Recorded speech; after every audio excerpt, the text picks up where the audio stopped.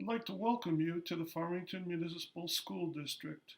My name is Chris Pash, and I'm the Executive Director of Human Resources for the school district.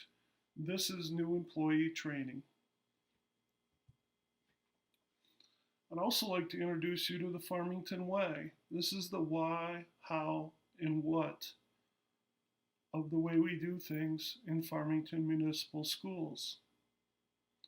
Our goal is to rise to excellence in every pursuit, whether you're an electrician, a bus driver, an EA, a teacher, an administrator, or any other job in the district. We expect you to try to rise to excellence in everything you do.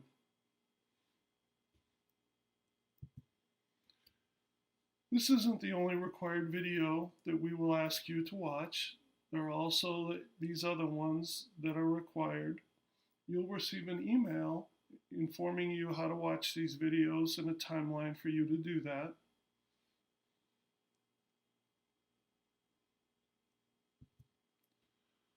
You'll also be asked to read through the Code of Ethics and Conduct and sign off that you've read them and understand them.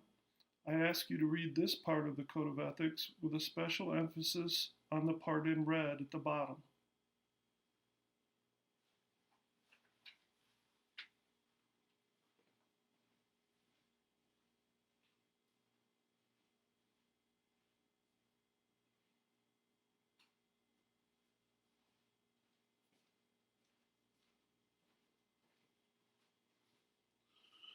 I'd like to point out the part that says all employees are representatives of the district and shall conduct themselves both in their employment and the community in a manner that reflects credit upon themselves and the school system.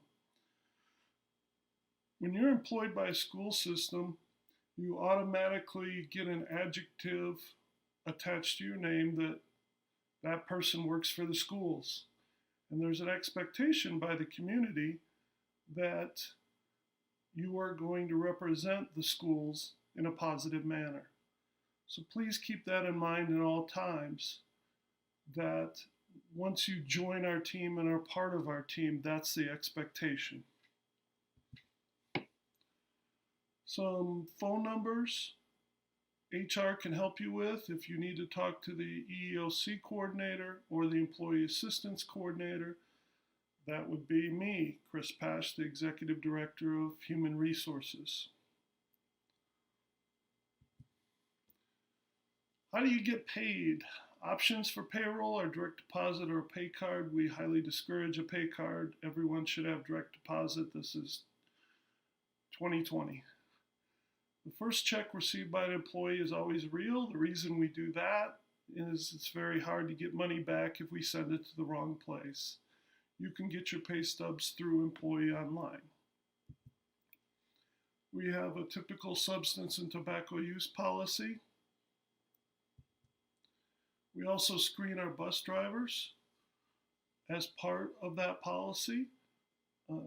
It's also a federal requirement. If you are injured at work, we ask you to report that injury as soon as possible to the secretary of the school or a supervisor. Workman's comp insurance covers you for any injuries caused at work. So it's very important if you stumble and twist your ankle, even though it doesn't feel very painful then, that you report it. It's very difficult for me to go back 5 days when someone reports it 5 days later. Workman's comp does not look favorably upon those late reportings, but if you report it and nothing comes of it, then it's no big deal.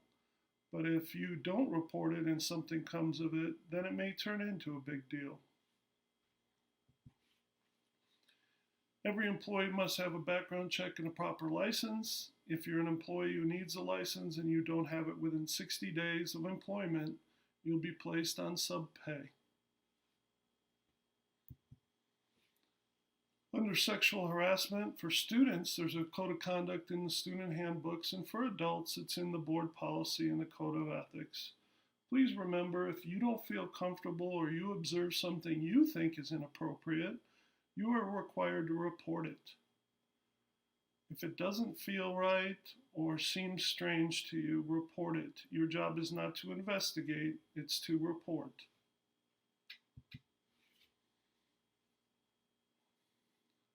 This slide on sexual exploitation is pretty self-explanatory. I'll give you a little time to read through it.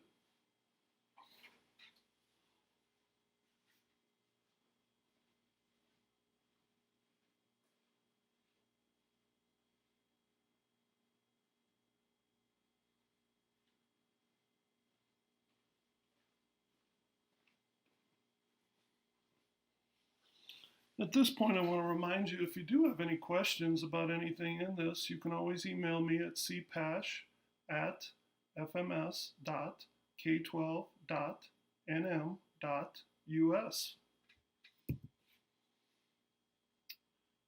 This slide addresses child abuse. You are a mandatory reporter. If you feel you have to report child abuse, then we ask you to get in touch with the principal of the school, mainly so that they can walk you through it and have you fill out the form that we have.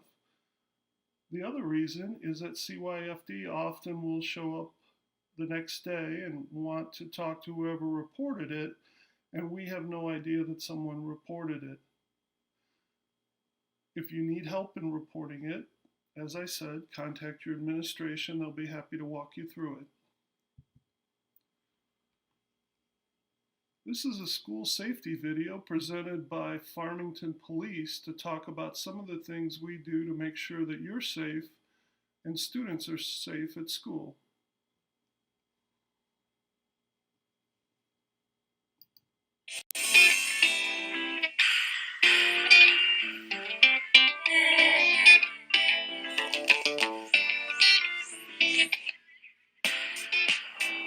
Hello, I'm Officer Ron Paquin of the Farmington Police Department.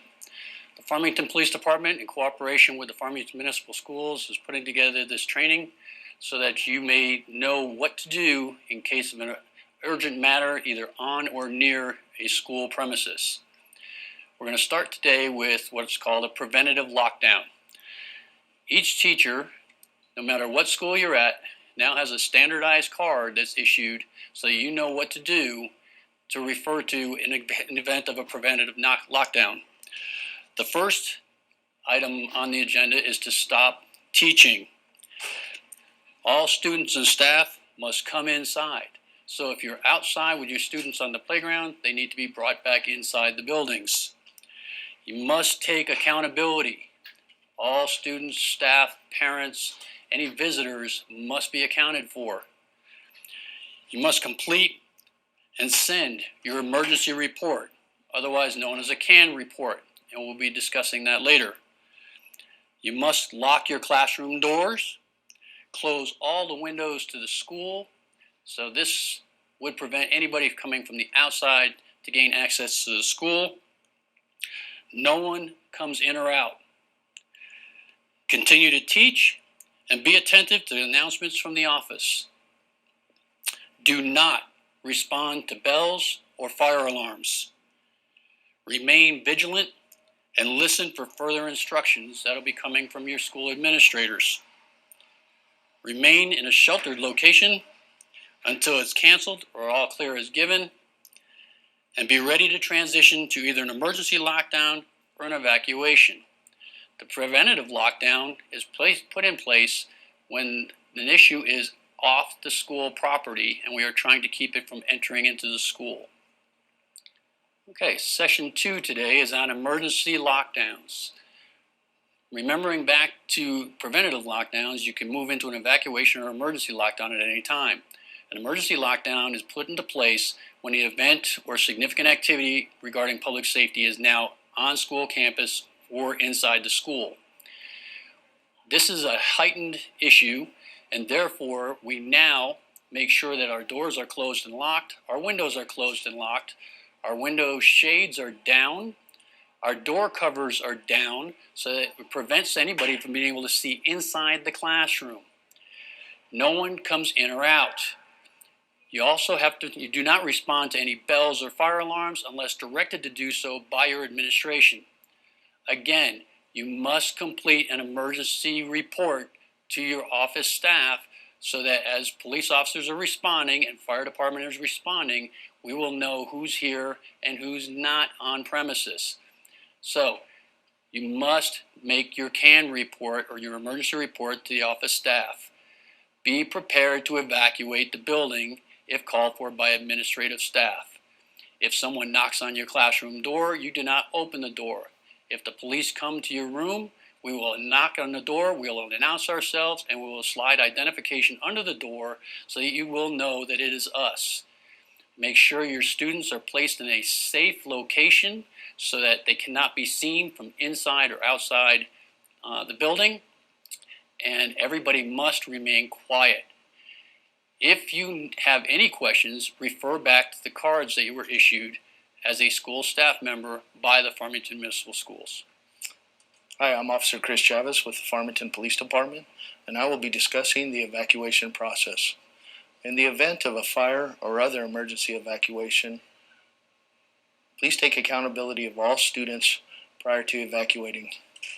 At that time, evacuate to the primary safe location unless directed to go to a secondary location or another by the front office or public safety authorities. While exiting the building, exit in a safe, orderly fashion. You do not need to be concerned with locking doors behind you. Once you get to your safe location, take accountability of all students, staff, and visitors who may be with you at that time. Please submit an emergency CAN report to notify the front office of your conditions. And lastly, please be attentive for further instruction and stay together. The emergency report that you will be filing is called a CAN report. The C stands for conditions, which means your location, number of staff and students and visitors who may be with you. The A stands for actions. What actions are you performing at that moment? Whether it's an emergency lockdown, preventative lockdown, or evacuation. Or are you returning back to normal operations?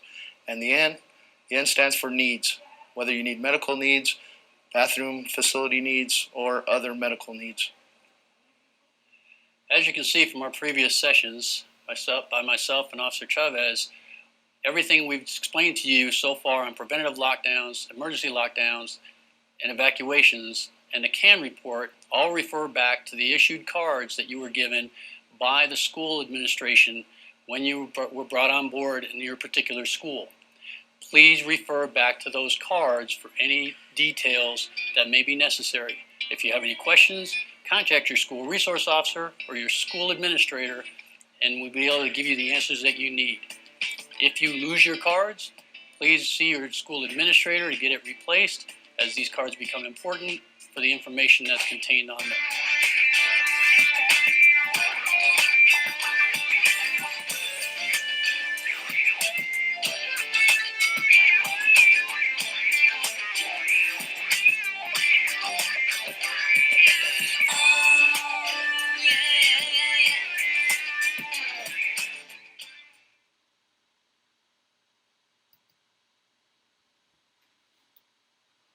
Our next slide deals with technology considerations. You need to be aware that students in grades 6 through 12 all have a computer issued to them. Of course, everyone seems to have a cell phone these days, and they all have cameras. If you are not behaving professionally in your classroom, there is no expectation of privacy, and students will tape your behavior. So we ask our teachers and staff to make sure that they're always professional so that we don't have any embarrassing tapes or videos that come from students to administration or out in the social media. Please be aware that all your texts and emails, especially the emails to parents, should be in the most professional manner possible.